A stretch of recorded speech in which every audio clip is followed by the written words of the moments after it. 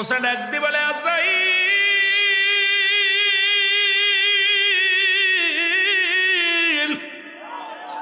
তুমি আমার কোন জায়গাতে প্রবেশ করবা বলো।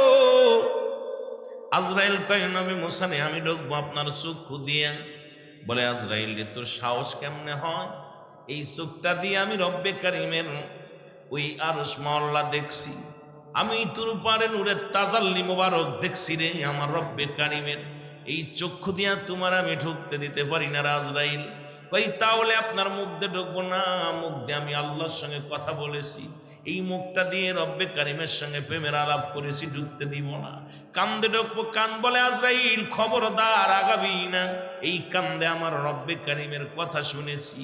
ও মুসলমান, চোখ বলে আমি এটা দিয়ে দেখেছি।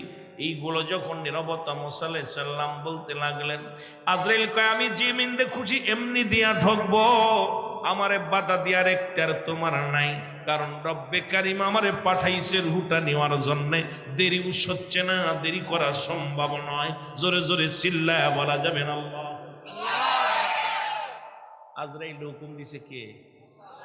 আল্লাহর হুকুম নিয়ে আইছে। আজরাইল জোর করে ঢুকতে গেছে মুসা আলাইহিস সালামের কাছে। মুসা আলাইহিস সালাম এত জোরে একটা থাপ্পড় লাগাইছে, থাপ্পড় খাইয়া আজরাইল আলাইহিস সালাম ঘুইরা ফিরে গেছে। পড়ছে তো পড়ছে, চোখ দুইটা বের হয়ে গেছে। আল্লাহু আকবার বলেন। থাপ্পড় খুব আস্তে মারছে, কথা বুঝলেন? এত জোরে থাপ্পড় খাই আজরাইলটা মারছে, ধরছে, পিটাইছে মুসা আলাইহিস সালাম। পিটানোর পর চোখ দুইটা বেড়ে গেছে। যেহেতু মরণের একটা অংশ চলতেছে, ভালো করে বুঝে নিয়ে, কথা বুঝেননি? মুসা আলাইহিস সালাম যখন মারছে, আজরাইলের চোখ দুইটা বের হয়ে গেছে, কানা হয়ে গেছে, দাঁড়ায় আছে। আল্লাহ কয়, কিরে আজরাইল খবর কি? জানটা বাইর করছিস? আল্লাহ কি হয়েছে? হয়নি। তোমার নবী মুসা এমন থাপ্পড় মারছে, এক থাপ্পড়ে চোখ দুইটা গেছে। এখন তো মুসার চোখই দেখি না। আল্লাহ কয়, তাড়াতাড়ি চলে আয় ওখান থেকে, আর দেরি করিস না। আল্লাহ চলে আইতে আল্লাহর কাছে চলে তাড়াতাড়ি দৌড়েছে আর আল্লাহ ডাক দিছে। আল্লাহ কয়, কি আজরাইল খবর কি? আল্লাহ তোমার মুসা তোর আগে জানতাম না, আমি জোর করি, কারণ আপনার হুকুম তালিম করার জন্য আমি তো গেছি, কারণ আপনার হুকুম তো নড়চড় করার ক্ষমতা আমার নাই, আমি জোর করে জানটা নেওয়ার জন্য গেছি। এমন থাপ্পড় মারছি, এক থাপ্পড়ে চোখ দুটে গেছে। আমার আল্লাহ কয়, মুসার যেহেতু আমার নবী, কারণ আমি আল্লাহ আমার প্রিয় নবীদের মধ্যে আমার মুসাও একটা নবী, যে মুসার লগে আমি অনেকবার কথা বলেছি। আমার নবী একটু রাগ মেজাজি মানুষ, আমার নবীদের মধ্যে সব নবীদের চাইতে একটু মেজাজটা কড়া আমার মুসা। সুবহানাল্লাহ বলেন না? কারণ ওই ছোট্টবেলা থেকে ফিরআউনের বাড়ি লালন পালন হয়েছে, অনেক ঘাই গুতো খাইছে, জিব্বাটা পর্যন্ত পুড়ে গেছে পরীক্ষা দিতে যায়।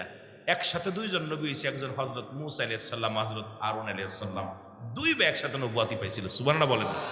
লম্বা আলোচনা যেতে পারবো না বাবা, এটা নিয়ে আলোচনা করতে গেলে সময় লাগবে, লম্বা বাড়াইলেই মজা লাগবে আপনাদের, কিন্তু আপনাদের লস হবে, যেহেতু আমাকে সাবজেক্ট দিচ্ছেন, এই জন্য ওদিকে গেলেই আপনাদের লস, আবার মজাও লাগবে, আবার ফিরলে টাইম দিতে পারবো না, কোনো বিপদের মধ্যে আসি।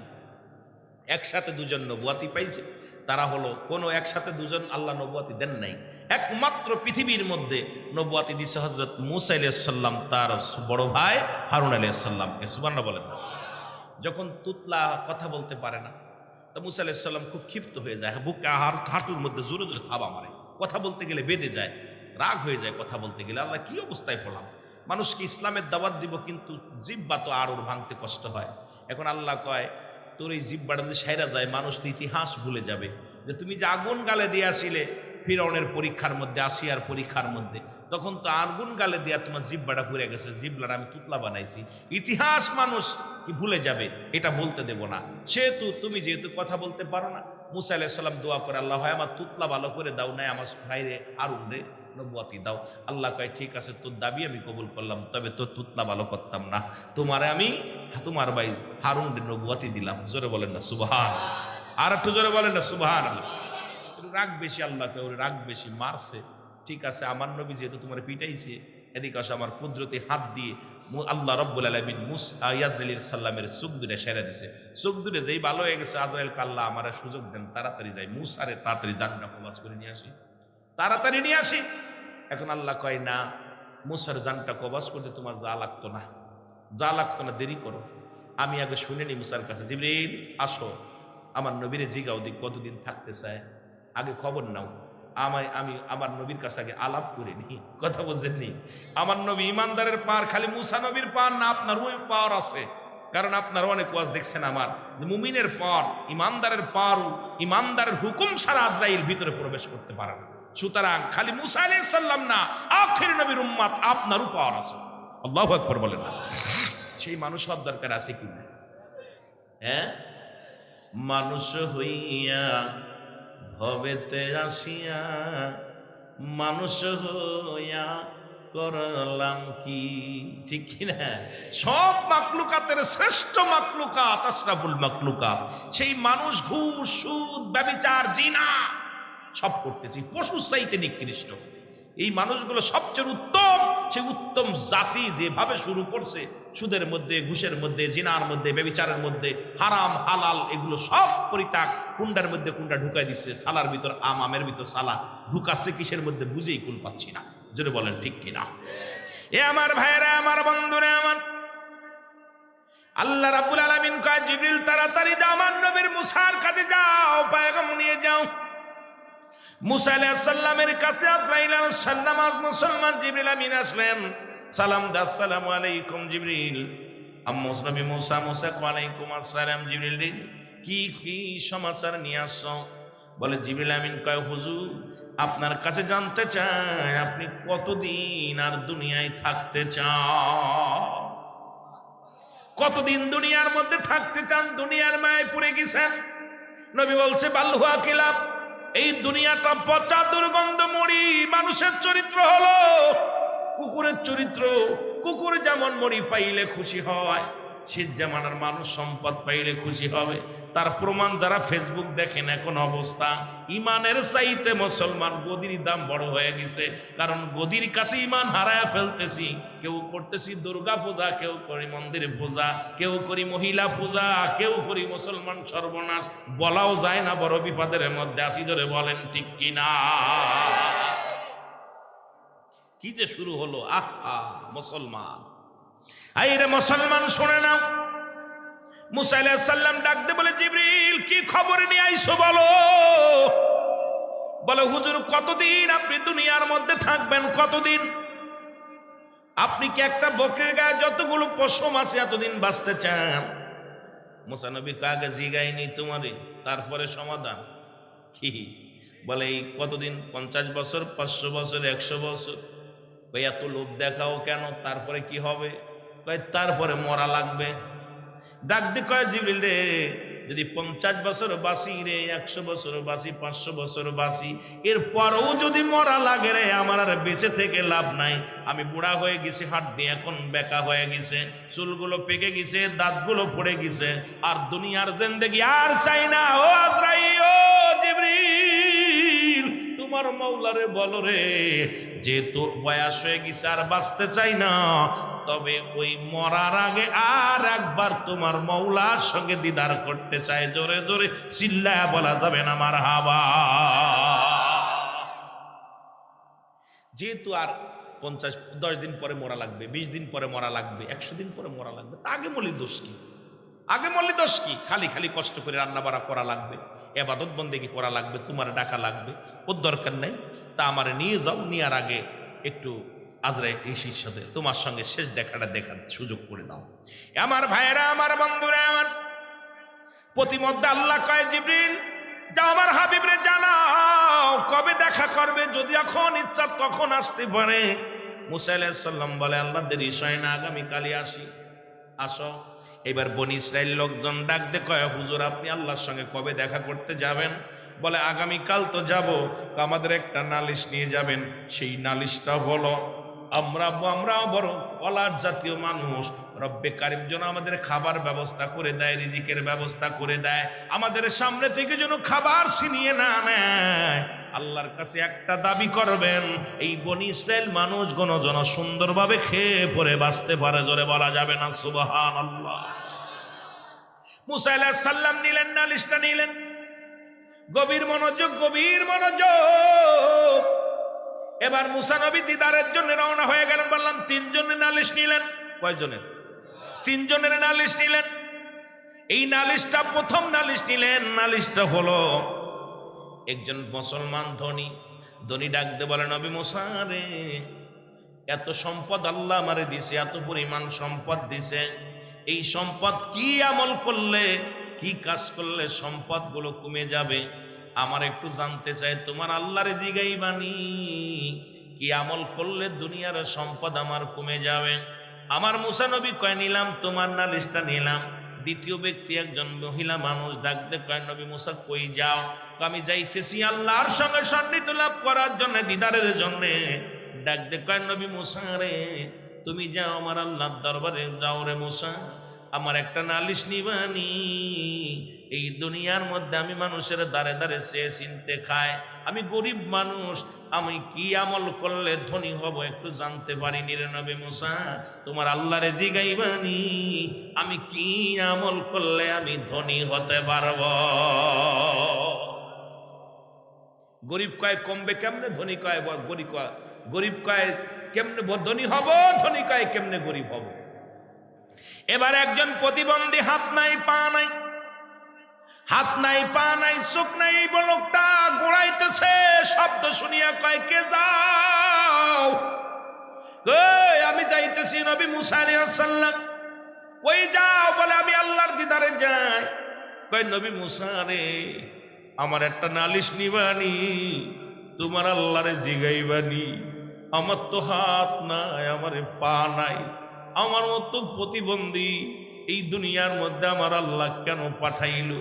আমার দিয়া কোনো কাজে লাগবে কিনি? তুমি তোমার মওলারে জিগাইবানি, আমার দ্বারা কোনো কাজে লাগবে নি, বিনা কারণে আমারে বানাইছেন।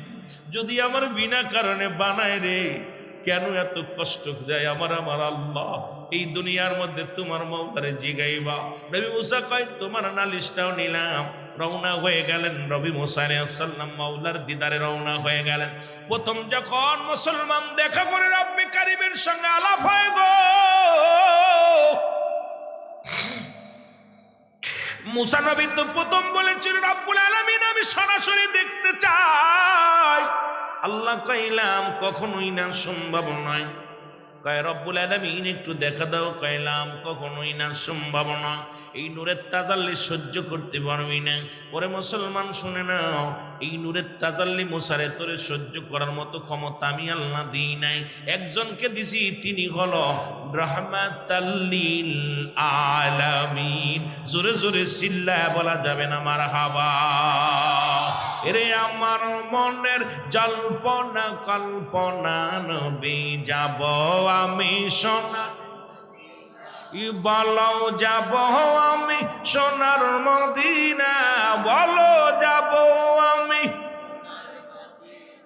আমার মনের জল্পনা কল্পনা, নবী যাব আমি সোনা, জোরে জোরে বলে না, যাব আমি সোনা। এই নবীজিকেও ভালোবাসি, মনটাই আমার অনেক খুশি। মুসা ডাক দি কয়, রব্বুল আলামিন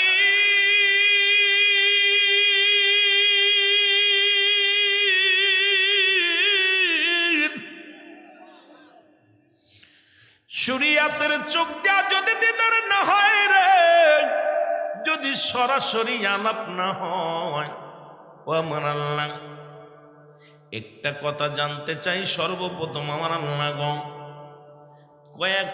আমি কয়েকটা প্রশ্ন নিয়ে আসি আপনার দরবার উত্তর জানার জন্য। তার মধ্যে একটা দাবি, সেই দাবিটা আমার আল্লাহ, ওই আমার বনি ইসরাইলদের একটু, আমি তো চলে যাব দুনিয়া থেকে, আপনার সঙ্গে দেখা করার পর মালাকুল মউত আমার জানডা লয়া যাবে, আমার তো মরণের পেয়ালা পান করতে হবে। রব্বুল আলামিন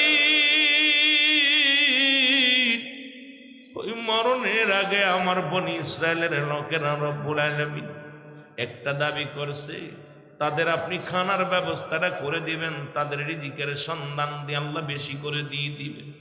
আমার নবী মুসা লাঠি নিয়ে দাঁড়ায় আছে।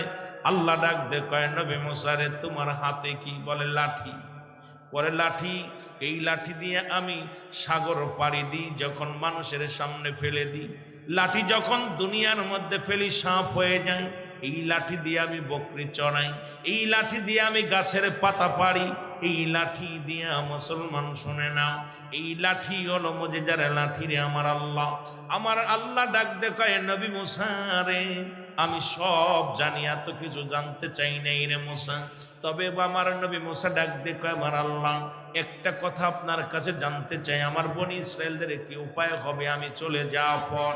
আমার নবী ডাক, আমার আল্লাহ ডাক দিয়ে কয়, নবী মুসা ওই হাতের লাঠি দিয়া ওই সামনে পাহাড়ের মধ্যে একটা বাড়ি মারো। পাহাড়ের মধ্যে যখন বাড়ি মারলেন, বাড়ি মারা পর পাহাড়ের ভিতরে থেকে বিশাল একটা নদী বাইর হয়ে আসলো। মুসা নবী আশ্চর্য হয়ে গেলেন, আমার আল্লাহ এই পাহাড়ের মধ্যে কত বড় নদী আসলো কই থেকে রে আমার আল্লাহ? কই নদীর পানির মধ্যে একটা বাড়ি মারো। যখন বাড়িটা মারছে পানির মধ্যে, সঙ্গে সঙ্গে একটা পাথর ভেসে আসছে। আমার আল্লাহ কয়, নবী মুসা রে পাথর খানা কি দেখতে পাও? আল্লাহ দেখতে পেয়েছি। কয় পাথরের মধ্যে একটা বাড়ি মারো। পাথরের মধ্যে যখন মুজিজার লাঠি দিয়া বাড়ি মারছে, সঙ্গে সঙ্গে পাথরটা দিয়ে খণ্ডিত হয়ে গেছে। দেখে পাথরের মধ্যে একটা হরিণ তাজা ঘাস মুখে লইয়া দাঁড়ায় আছে, ধরে বলা যাবে না মারহাবা।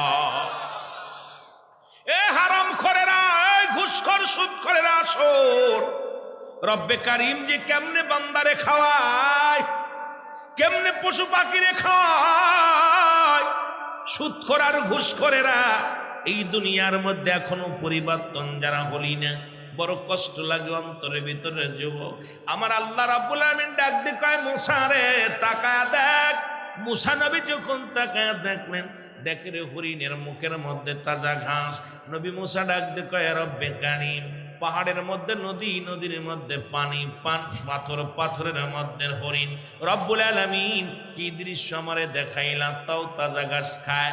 আমার নবী আল্লাহ ডাক দেখায়, ও নবী মুসা শোনো গো, এই দুনিয়ার মধ্যে তোমার শুধু বনি ইসরায়েলের লোকগুলো আমার নয়, গোটা পৃথিবীর যত মাখলুকাত আছে সব কিছুর রব হলাম আমি, সবের রব হলো আমি আল্লাহ। ওই সাগরের মধ্যে, পৃথিবীর মধ্যে যেখানে যে হালাতে থাকে সব প্রাণীকে খাবারের ব্যবস্থা আমি রব্বি কারিম করে রাখি। জোরে জোরে বলেন মারহাবা। আল্লাহ কয়, মুসা এই দুনিয়ার মধ্যে তুমি খালি তোমার জাতির জন্য চিন্তা করো, আর আমার চিন্তা কোথায় দেখছো? তুমি তোমার কম নিয়ে চিন্তা করো। আর ওই সাগরের মধ্যে, পাথরের মধ্যে একটা হরিণ আছে, এটারও আমি খাওয়াই। টন টন খাবার হরিণ। আপনার সাগরের মধ্যে বড় বড় তিমি মাছ আছে, বড় বড় হাঙ্গর আছে, যাদের টন টন খাবার লাগে। কে খাওয়ায়? জোরে বলেন না, কে খাওয়ায়? কি আজব কাণ্ড দেখছেন। আপনার সাপ খায় ব্যাংরে, ব্যাং খায় পুকা। ব্যাং কি খায়? পুকা। ব্যাংরে কে খায়? সাপ। সাপেরে কে খায়? চিল। চিলেরে কে খায়? বাঘ। সুতরাং এ ওরেও খাচ্ছে, ওরে খাচ্ছে। এই দুনিয়াটাই খাওয়ার মধ্যে চলতেছে, ঠিক কিনা? ঠিক কিনা? রব্বে কারিম কার রিজিক কোথায় লিখে রাখছে? এইটার রিজিক ওটা দিয়ে পুরাইছে, ওটার রিজিক ওটার দিয়ে পুরাইছে। এরপরও সুদখোরেরা সমাধান করছে না, এরপরও ঘুষখোরেরা ঘুষ ছাড়তেছে না। এই সুদ ঘুষের ভিতর কি পাইলো বুঝি না। এই হারাম খোররা এখনো চিন্তা নাই যে আমার আল্লাহ খাওয়ায়, এই বিশ্বাস তাদের নাই। চিন্তা করে সুদ না খালি চলবে না, ঘুষ না খালি চলবে না। এ হারাম খোরেরা, এই যারা দুনিয়ার মধ্যে একবার কি চিন্তা করে, কুল্লু মান আলাইহা ফান, সব শেষ। কোথায়? 3 বারের সফল মন্ত্রী ছিল আমাদের চেয়ারপারসন খালেদা জিয়া, কোথায় গেছে? না বেঁচে আছে? এক কথা বলেন, কয়বারের মন্ত্রী ছিল? 3 বারের মন্ত্রী। আল্লাহ উনারা নিচে না ফিরে দুনিয়ায় রাখছে। কথা বলেন। ফিরাউন, নমরুদ, কারুন, যারা খুদাই দাবি করেছিল তারা মরছে না বেঁচে আছে? আপনাদের এলাকার মধ্যে যাদের দাপট ছিল, টাকাওয়ালা পয়সাওয়ালা মস্তান ছিল, তারা বেঁচে আছে না মরছে? না এখনো বেঁচে আছে। অনেকের কবরের বিরুদ্ধে কুত্তা শেলে ঘাস খায়, কুত্তা শেলে পায়খানা করে, কবর থেকে খেটানোর মতো ক্ষমতা নেই। আমি কলাম সেই চেয়ারম্যান ছিলাম, এমপি ছিলাম, আমার কবর উপরে পায়খানা করবি না, বুঝতে পারেনি? পারে। এই হলো আপনার আমার জিন্দেগি। এরপরে তাই কি অবস্থা। আর যদি এদের পাওয়ার থাকতো, যদি কবরে যে কথা বলতে পারতো, আমার মনে হয় দুনিয়াটাই গ্রাস করে ফেলত। জোরে বলেন ঠিক কিনা? এ আমার ভাইরা, আমার বন্ধুরা, আমার গভীর মনোযোগ। নবী মুজা লজ্জা পাইয়া মাথা নত করে দাঁড়ায় রইলেন। রব্বুল আলামিন আমার আপনি ক্ষমা করে দেন, আমার বুঝতে ভুল হয়ে গেছে রব্বুল আলামিন। আপনি যে তামাম পৃথিবীর রব, মকুল কায়নাতের রব, আপনি স্রষ্টা, আমি সৃষ্টি, সুতরাং সৃষ্টির দায়িত্ব তো সৃষ্টিকে বোঝার, স্রষ্টা বোঝা উচিত। যেহেতু আপনি তো নিবেন এই দায়িত্ব রব্বুল আলামিন, আমাকে আপনি ক্ষমা করে দেন। নবী মুসা মনটা খারাপ করে দাঁড়ায় আছে। আমার আল্লাহ কয়, নবী মুসা রে, তোমার কি দিদার হয়েছে, এখন কি যাবা? বলে আল্লাহ, যাওয়ার আগে 3টা প্রশ্নের জবাব চাই। কয়টা? 3টা উত্তর আমি চাই রে। আমার আল্লাহ কয়, নবী মুসা কি বিষয় জানতে চাও? বলে রব্বি করিম গো, 1 নাম্বার আসার সময় এক ধনীর সঙ্গে দেখা হয়। ধনী ডাক দে কয়, নবী মুসা রে কই যাও? আমি বলেছিলাম আমি যাইতেছি রব্বি করিমের দিদারে। ওই লোকটা আমার জিগাইছে, গো আমার আল্লাহ, তোমার আল্লাহরে জিগাইবানি, আল্লাহ এত ধন সম্পদ দিছে, কি আমল করলে, কি কাজ করলে কমে যাবে, একটু আপনার কাছে জানতে চাই না আমার মাওলা, একটু বলে দেন। আমার আল্লাহ ডাক দে কয়, নবী মুসা রে, ওই ধনীরে জিগাইবা, ওই ধনীরে যা বলবা সেজন্য আজ থেকে আমার শুকরিয়া আদায় করা বন্ধ করে দেয়। কি আদায় করা? শুকরিয়া। আমি কিন্তু শুকরিয়া আল্লাহ শোনার কবরের মধ্যে আসি, এরপরে শুকরিয়ার আলোচনা চলতেছে। খুব কি হাল? শুকরিয়া আলহামদুলিল্লাহ ওয়াজ করতে যায় কবরের মধ্যে যাচ্ছি, ভয় নাই, যেহেতু আলোচনার ধারাবাহিকতা দিকে আছে। এ আমার ভাইরা, আমার বন্ধুরা আমার, এবার মুসা নবী ডাক দে কয়, রব্বুল আলামিন,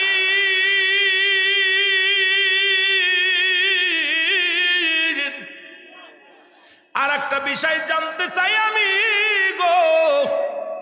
আল্লাহ কয়, কি বিষয়ে বলো? রব্বুল আলামিন বলে ডাক দে কয়, নবী মুসা শোনো, কি বলতে চাও তাড়াতাড়ি বলো। আমার আল্লাহ, আসার সময় এক গরিবের সঙ্গে দেখা হয়েছে, এক মহিলার সঙ্গে। এই মহিলা বড় গরিব মানুষ, মানুষের দ্বারে দ্বারে চায় চিনতে খায়, অভাবী মানুষ। আমি যখন আসতেছিলাম আমাকে ডাক দে বলে, নবী মুসা কই যাও? আমি বললাম আমি যাইতেছি রব্বি করিমের দিদারে।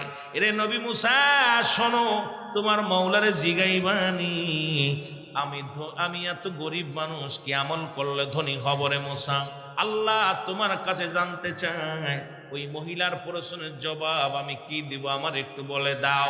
আমার আল্লাহ ডাক দিয়ে কয়, নবী মুসা রে, ওই মহিলারে যা বলবা সেজন্য বেশি বেশি আমার শুকরিয়া আদায় করে, জোরে বলেন আলহামদুলিল্লাহ। উত্তর কয়টা? একটা শুকরিয়া আদায় করবে, আর একটা শুকরিয়া আদায় করবে না, আর একটা হলো শুকরিয়া আদায় করবে। 3য় নাম্বার প্রশ্ন, রব্বুল আলামিন, রব্বুল আলামিন 3য় নাম্বার প্রশ্ন হলো, বলে কি? বলে 3 নাম্বার জানতে চাই। আল্লাহ বড় কষ্টের কথা বল, হাত নাই, পা নাই, প্রতিবন্ধী বাউন। এই লোকটা আমার জিগাইছে, নবী মুসা কই যাও? আমি বলেছিলাম রব্বে কারিমের দিদারে। বলেছিল, নবী মুসা রে, তোমার মাওলারে জিগাইবানি। নবী মুসা তোমার আল্লাহরে জিগাইবানি রে, আমারে কেন বানাইছে, আমারে কোন কাজে লাগবে নি?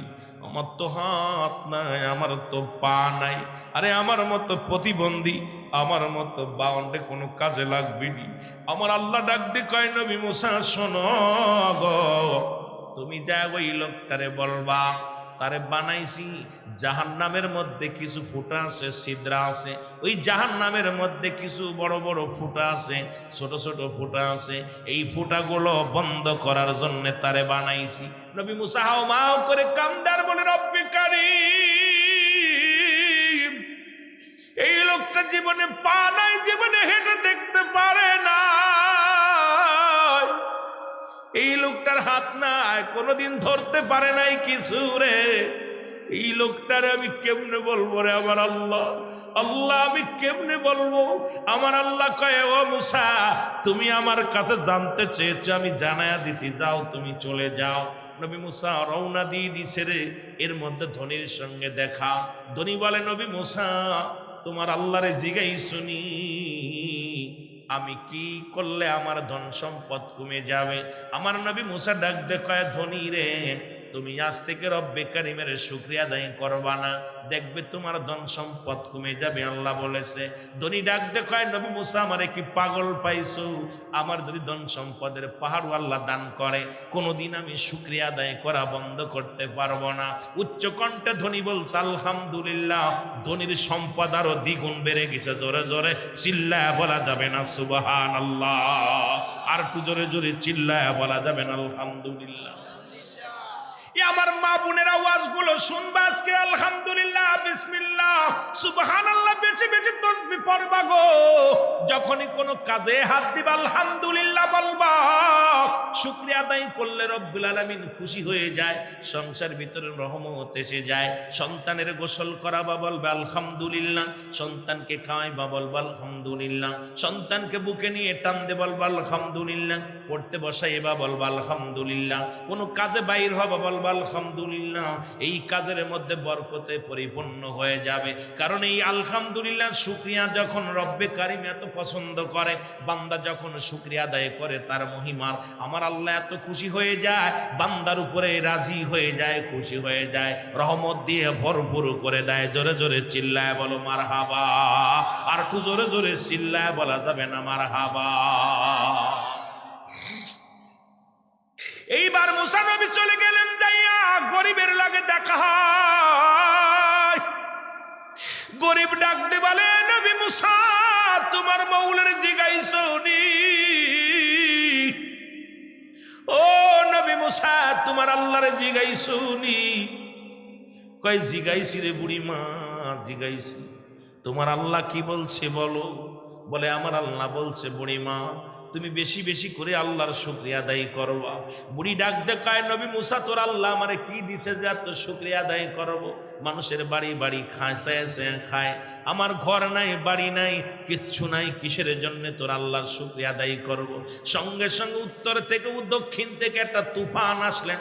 তুফান আসিয়া বুড়িমার ভাঙ্গা একটা কুড়ে ঘর ছিল, এইটা উড়ে চলে গেছে। এইবার ডাকতে বলে, নবী মুসা রে, আরে সারাদিন মানুষের বাড়ি বাড়ি চাইয়া খাইতাম, রাত্রে হলে একটু মাথা গোজার জায়গা ছিল রে নবী মুসা, এটাও তোর আল্লাহ আমার কাছ থেকে নিয়ে গেল। এরে মুসা রে, ও মুসা, এইখানে আমি রাত্রে কোথায় থাকবো? মেয়ে মানুষ হইয়া, বুড়ি মানুষ হইয়া আমি কোথায় ঘুমাবো? কয়, বুড়ি মারে, তোমার আগেই বললাম আমার আল্লাহ বলছে তোমার শুকরিয়া আদায় করতে। মুসা নবীর কাছে ডাক দে, কয়, বুড়ি মা, নবী মুসা রে, আমারে তুমি ক্ষমা করে দিও, রব্বে কারিম আমারে তুমি মাফ করে দিও। সঙ্গে সঙ্গে আলহামদুলিল্লাহ ডাক দে বলে, আমার আল্লাহ যদিও সে চিনতে খায়, মাথা গোজার একটা জায়গা আছে রে আল্লাহ, এই বলিয়া শুকরিয়া আদায় করে বলে আলহামদুলিল্লাহ। রব্বুল আলামিন সুন্দর বাড়ি ঘর বানায়া দিছে ফেরেশতা দিয়া। জোরে জোরে চিল্লায়া বলা যাবে না মারহাবা? এরে আল্লাহ রাব্বুল আলামিন ধনী বানায়া দিছে মহিলাটারে। যখনই শুকরিয়া আদায় করেছে আল্লাহ খুশি হইয়া এই গরিব মহিলাটাকে আল্লাহ ধনী বানায়া দিছে। এবার গেলেন ওই প্রতিবন্ধীর কাছে। প্রতিবন্ধী দাঁড়ায় দাঁড়ায় বসে বসে গোড়ায় আর কান্দে কান্দে। নবী মুসার আশায় আছে কখন নবী মুসা আসবে। নবী মুসা যখন আসছে ডাক দে বলে, নবী মুসা, এই আল্লাহ নবী মুসা, মুসা রে, তোমার আল্লাহ রে কি জিগাইছো নি? আমার তো পা নাই, আমার তো হাত নাই, আমি প্রতিবন্ধী মানুষ, আমি বাউন মানুষ, আমারে কেন বানাইছে আমার আল্লাহ একটু জানতে পারি না রে মুসা। মুসা নবীর চোখ দিয়ে দর দর করে পানি ছেড়ে দিছে আর কয় কান্দে, কও প্রতিবন্ধী আমি কেমনে তোমারে বলবো, উত্তর দেব কেমনে রে? তোমার মুখের দিকে তাকায় আমি সহ্য করতে পারি না, এমন উত্তর আমি পাইছি, এটা যদি বলি তুমি কষ্ট পাবা, কলিজার মধ্যে কষ্ট পাবা। আরে প্রতিবন্ধী ডাক দেখায়, তোমার আল্লাহ আনসার দিয়েছে কি আগে আমারে জানাও, তোমার আল্লাহ আমার আল্লাহ আমারে কি জানাইছে আগে জানাও। ডাক দে বলে, প্রতিবন্ধী রে, তোরে নাকি বানাইছে, দুনিয়ার মধ্যে পাঠাইছে, ওই জাহান্নামের মধ্যে ছোট ছোট কিছু ছিদ্র আছে, এই ছিদ্রগুলো বন্ধ করার জন্য তোমারে বানাইছে। প্রতিবন্ধী চোখের পানি মুছে ডাক দে বলে আলহামদুলিল্লাহ, জোরে জোরে চিল্লায় বলেন মারহাবা। প্রতিবন্ধী চোখের পানিগুলো মুছে বলে আলহামদুলিল্লাহ, আল্লাহ আমার জীবন ধন্য। আমি মনে করছিলাম বিনা কারণে আমার বানাইছো, বিনা কারণে, যে আমার তো কাজে লাগবে, একটা শুকরিয়া আদায় করি যে আমার মতো প্রতিবন্ধী দিয়া তুমি জাহান্নামের আগুন, জাহান্নামের ছিদ্রাগুলো বন্ধ করবা। আমি বিনা কারণে আমার বানাও নাই, এই জন্য তোমার শুকরিয়া আদায় করি। আল্লাহ ডাক দে কয় জিবরিল তাড়াতাড়ি যা, আমার নবীরে ডাক দে বল জিবরিল তাড়াতাড়ি যা রে, ওই প্রতিবন্ধীর জানায়া এই দুঃসংবাদ শুনিয়াও যে ব্যক্তি আলহামদুলিল্লাহ বলছে রে, আমি আল্লাহ একটা নয় দুটি নয়, ওর জন্য 8টা জান্নাতের দরজা উন্মুক্ত করে দিলাম। খালি একবার বলছে আলহামদুলিল্লাহ, আল্লাহ এত খুশি হয়েছে যে বান্দারে তোরে বানাইছি যে কারণে, এই জন্য যেভাবেই থাকবেন শুকরিয়া আদায় করবেন। কষ্টে আছেন আলহামদুলিল্লাহ, ভালো আছেন আলহামদুলিল্লাহ, খাইছেন আলহামদুলিল্লাহ, কোথায় যাচ্ছেন আলহামদুলিল্লাহ। যে কাজে শুকরিয়া যত আদায় করবেন রব্বে কারিম বেশি খুশি হবে। কিন্তু আমরা না ফারমান, কই ধুর ভালো নাই, কপাল পুরা, কত কষ্ট পায়, যে হালাতে আছো শুকরিয়া আদায় করবো আলহামদুলিল্লাহ। ভাই আল্লাহ রোগ দিছিল, এখন বর্তমান আলহামদুলিল্লাহ সেপা আল্লাহ দান করছে। আল্লাহ এত খুশি হয় যে একজন জাহান্নামের ছিদ্রা বন্ধ করার জন্য যাকে বানিয়েছে তাকে আল্লাহ একটা নয় দুটি নয় 8টা জান্নাতের সংবাদ দিছে, তোর জন্য 8টা জান্নাতের দরজা খোলা। জোরে বলেন না মারহাবা, আর একটু জোরে বলেন মারহাবা। আপনারা খুশি হন নাই? যেভাবে থাকবেন বলবেন আলহামদুলিল্লাহ। আমি রুহুল আমিন বলে গেলাম, নবীর সঙ্গে আল্লাহর সঙ্গে সরাসরি কথা হচ্ছে মুসা আলাইহিস সালামের কথা, বুঝলেননি? আমার ভাইরা, আমার বন্ধুরা, আমার এই মুসা নবী যখন এই পাহাড় দিয়ে রওনা দিয়ে দিলেন, কিছু দূরে আগে আসা পর দেখে কিছু মানুষ কিছু মাটি খুঁড়তেছে, কবর খুঁড়তেছে। যেমন আপনাদের গোরস্থান, এই গোরস্থানের মাটি যেমন খুঁড়তেছে, মুসা নবী আশ্চর্য হয়ে গেলেন। এত এই এলাকার মধ্যে কোনো বাড়ি না, এলাকার মধ্যে শুধু পাহাড় আর পাহাড় আর বালু, মরুভূমি। এখানে আবার কে মারা গেল? কয়েকজন সাদা পোশাকধারী মানুষ কবর খনন করতেছে।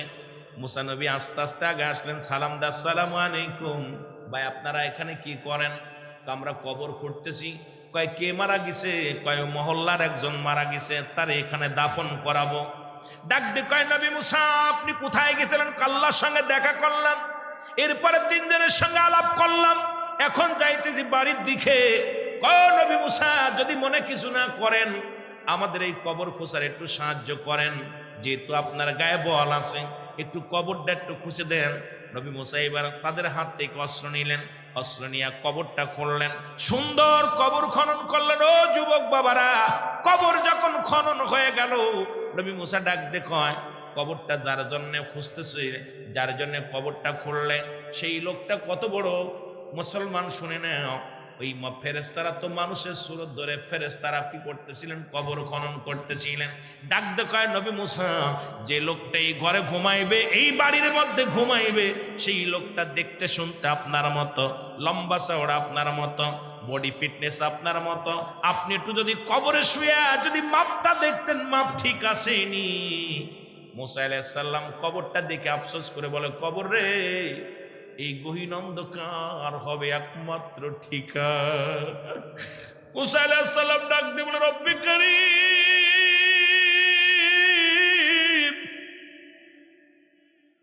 দুনিয়ার ধন সম্পদ, দুনিয়ার ধন দৌলত সব পড়ে থাকবে রে কবর, তোর ভিতরে থাকা লাগবে রে, তোর ভিতরে আমার আশা লাগবে রে কবর।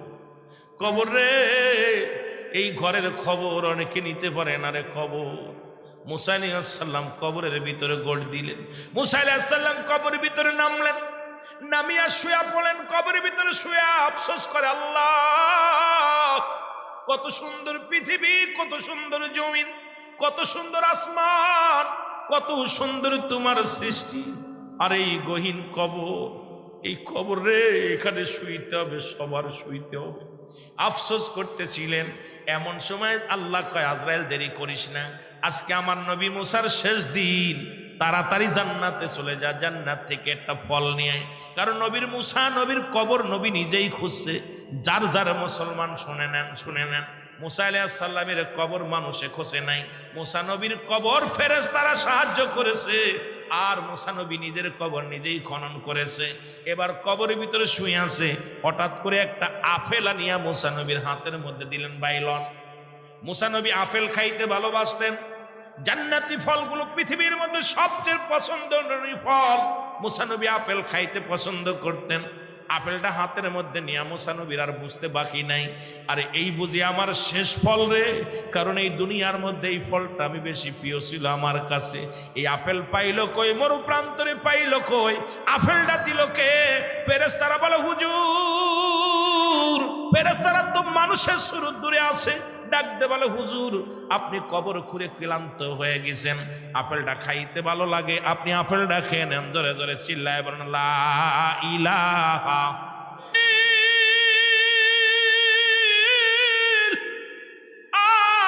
দেরি করিস না, ঢুইকা যা। আরে মুসলমান, আপেলটা যখন খাওয়া শেষ হয়ে গেল, আজরাইল তো ভিতরে যে বসে আছে রে মুসলমান, হাতটা ঢুকায় দিছে আজরাইল আলাইহিস সালাম। আজরাইলকে কয়, আজরাইল রে এ কি করলি, তুই আমার ভিতরে প্রবেশ করে গেলি? নবী মুসা কয়, আজরাইল রে কখন আসলি তুই? অনুমতি না নিয়ে ঢুইকা গেলি ভিতরে রে আজরাইল। আজরাইল কয়, নবী মুসা একবার মার খাইছি রে। মারহাবা বলেন। একবার আপনার হাতের সর খাইয়া চোখ দুটে হারাইছি, আবার কি ভুল করে আপনারে দেখা দিতে পারি? এখন আপনি যে আপেলটা খাইলেন, এই আপেলটা রব্বে কারিম জান্নাত থেকে আমাকে আনতে বলেছিল, আমি নিয়ে আইছি। আপনি আপেল প্রিয় আপেলের মুসলমান, যখন আপনি কামড় লাগাইয়া দিছেন, আমি আজরাইল ভিতরে প্রবেশ করে গেছি, এখন আপনার রুটা বাইর করে নিয়ে যাব। ও মুসলমান শুনে নাও, আজরাইল আলাইহিস সালাম যখন জানটা নিয়ে গেল, মুসা আলাইহিস সালামের রুটা পড়ে নিয়ে গেলেন, যখন বডিখানা কবরের ভিতরে পড়ে থাকলেন, আল্লাহ কয় তাড়াতাড়ি যাও ফেরেশতারা, তাড়াতাড়ি যাও। এই মুসা নবীর কবর থেকে তুলে উঠাইলেন, উঠায় জান্নাতি পানি দিয়া গোসল করালেন।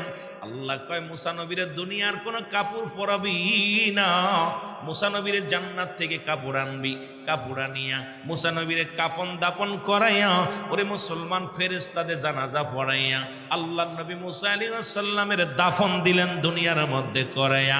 আজ পর্যন্ত মানুষ মুসা নবীর কবর কোনটা বলতে পারে না। মানুষের ধারণা, রাসূল পাক মুসলমান শুনে না, মানুষের ধারণা মুসা নবী এই পথ দিয়ে রব্বে কারিমের দিদারে যাইতেন, হয়তো এর মধ্যে কোথাও রাস্তার মধ্যে ঘুমায় আছে।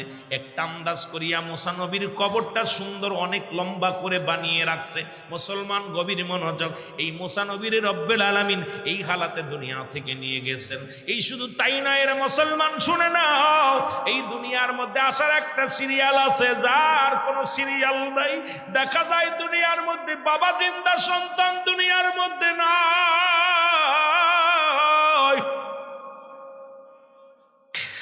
ও যুবক, বাবার কাঁধে সন্তানের লাশ, সন্তানের কাঁধে বাবার লাশ, দাদার কাঁধে নাতির লাশ, নাতির কাঁধে দাদার লাশ।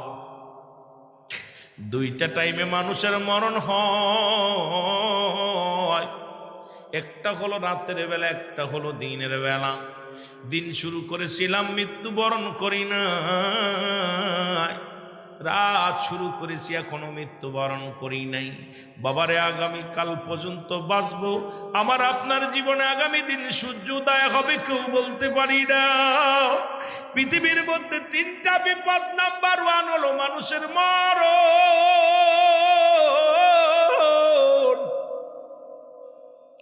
2 নাম্বার হলো কবর, 3 নাম্বার হলো কিয়ামতের ময়দান।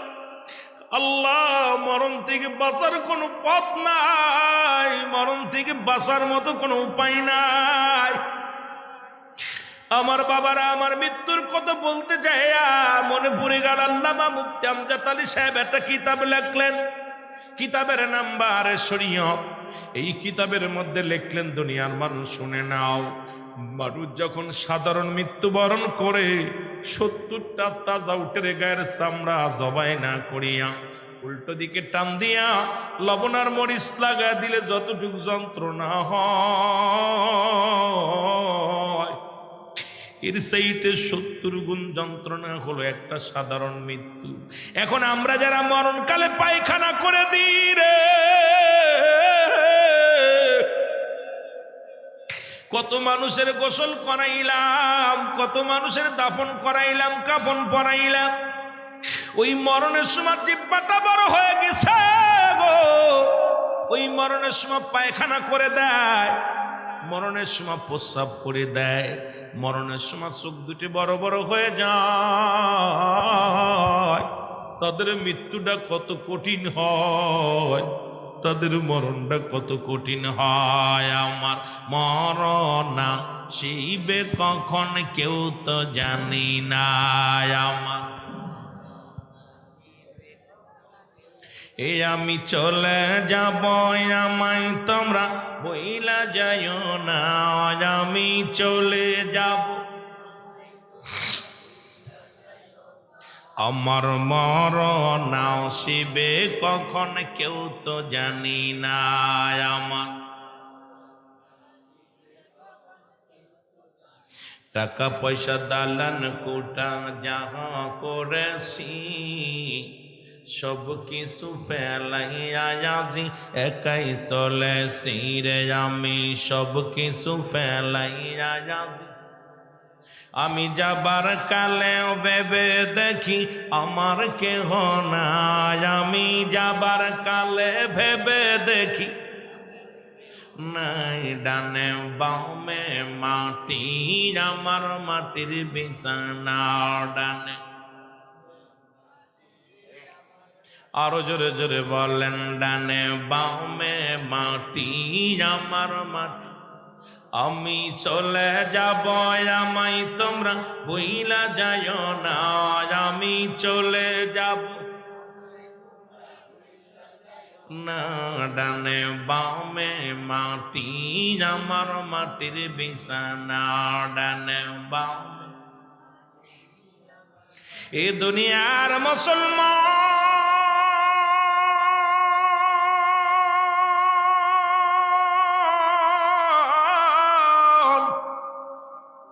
কার জন্য তুমি সুদ খাও, কার জন্য ঘুষ খাও গো, কার জন্য সম্পদের পাহাড় গড়লাও, আইরে মন কার জন্য এত মস্তানি করলাম, এই দুনিয়ায় সম্পদের পাহাড় গড়ে রাখলাম, এই দুনিয়া থেকে বিদায়ের পরে তোমার দেহ খানা খাবে পোকে, তোমার দেহ খাবে পোকে, তোমার ধন সম্পদ খাবে লোকে। জোরে বলেন ঠিক কিনা? আজকে যাদের আশায় তুমি মুসলমান ঘুষ খাইলা, ওই বিবির একবার বলবে একটা পাপের ভাগ নাও, নিবে না, নিবে না। ছেলের এত আদর করো, ছেলেরে রাখতে বলবে একটা পাপের ভাগ নাও, ছেলে নিবে না। মেয়েরে বলবেন একটা পাপের ভাগ নিতে নিবে না, কিন্তু সম্পদের ভাগ ঠিকই নিবে রে মুসলমান। বাড়ির ভাগ নিবে, গাড়ির ভাগ নিবে, সম্পদের ভাগ নিবে, কিন্তু আপনার পাপের ভাগটা ছেলে নিবে না, বিবি নেবে না, মেয়ে নেবে না, ভাই নিবে না, বাবা নিবে না, মা নিবে না, দুনিয়ার কেউ যেহেতু পাপের ভাগটা নিবে না, সেটা আমি পাপের বোঝা মাথায় নিয়ে যদি কবরে চলে যায়, আল্লাহ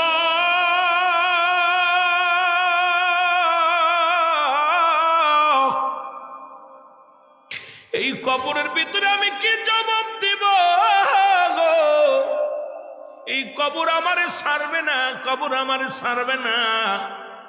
ওই 1 নাম্বার বিপদ হলো কবর মরণ, 2 নাম্বার বিপদ হলো কবর।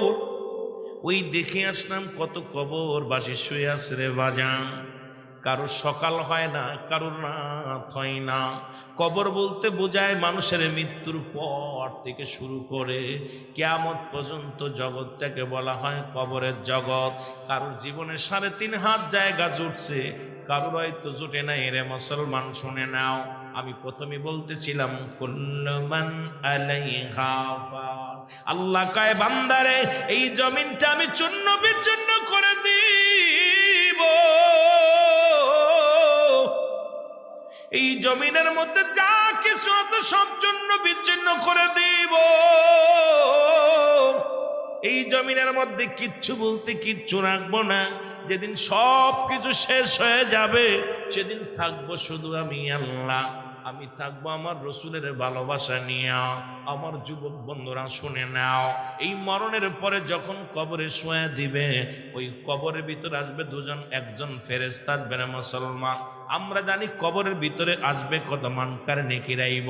এই মুনকার নেকির ফেরেশতা আসার আগে আপনার আমার কবরে একজন ফেরেশতা হাজির হয়ে যাবে। এই ফেরেশতার নাম হলো নোমান ফেরেশতা। আইয়া সালাম দিবে, আসসালামু আলাইকুম ও আব্দুস সালাম আব্দুস সামাদ। ডাকতে বলবে আব্দুস সামাদ সাহেব গো, ডাকতে বলবে ওঠো।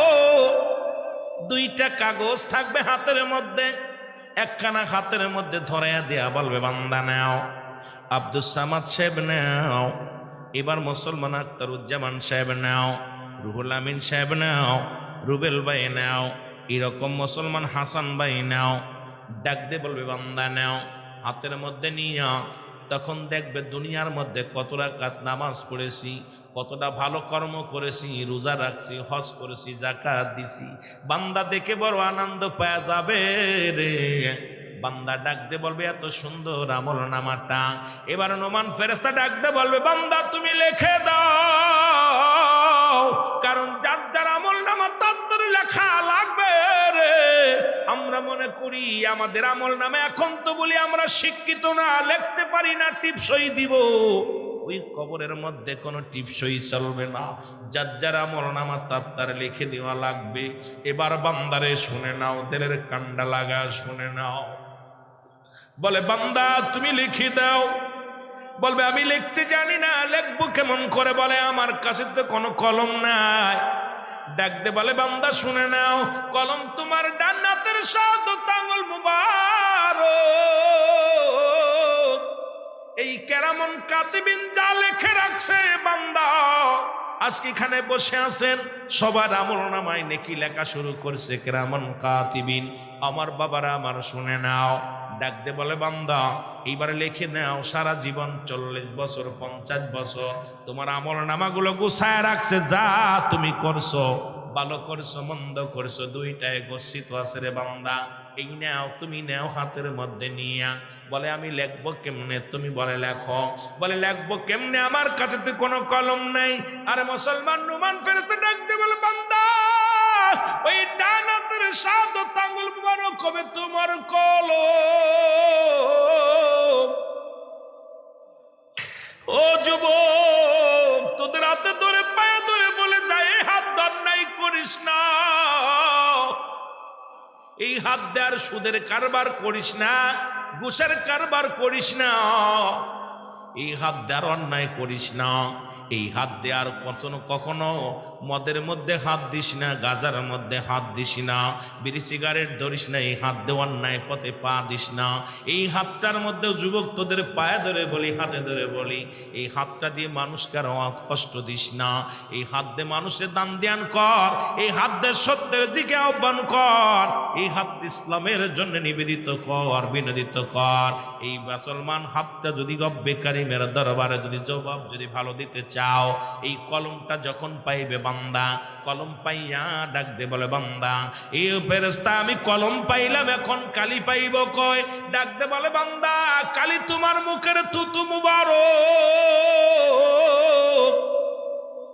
আমি তোদের পায়ে ধরে বলে যাই মুখ দেয়ার গাজায় টান দিস না, বিড়িতে টান দিস না, এই মুখ দেয়ার হারাম খাস না। ও যুবক, এই মুখের মধ্যে আর হারাম ঢুকাস না, গাজা মদ ইয়াবায় টান দিস না, মুখ দিয়ে কাউকে গালি দিস না, মুখ দিয়ে বকিস না, মুখ দিয়ে খারাপ কথা বলিস না, এই মুখ দিয়ে কারোর কষ্ট দিস না। মুখের থুতু মুবারক হবে কালি।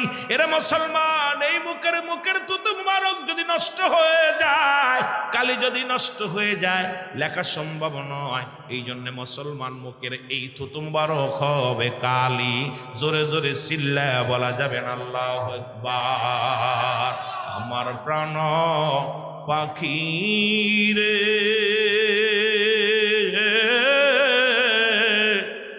আমার কালো ময়না রে, ওরে একদিন তো যাবে রে পাখি উড়িয়া, বলো একদিন তো যাবে রে পাখি উড়িয়া। আরে কত সুন্দর বাড়ি ঘর, সব তুই গোরস্থানে রেখে আসবে। ছেলে মেয়ে পাশে এসে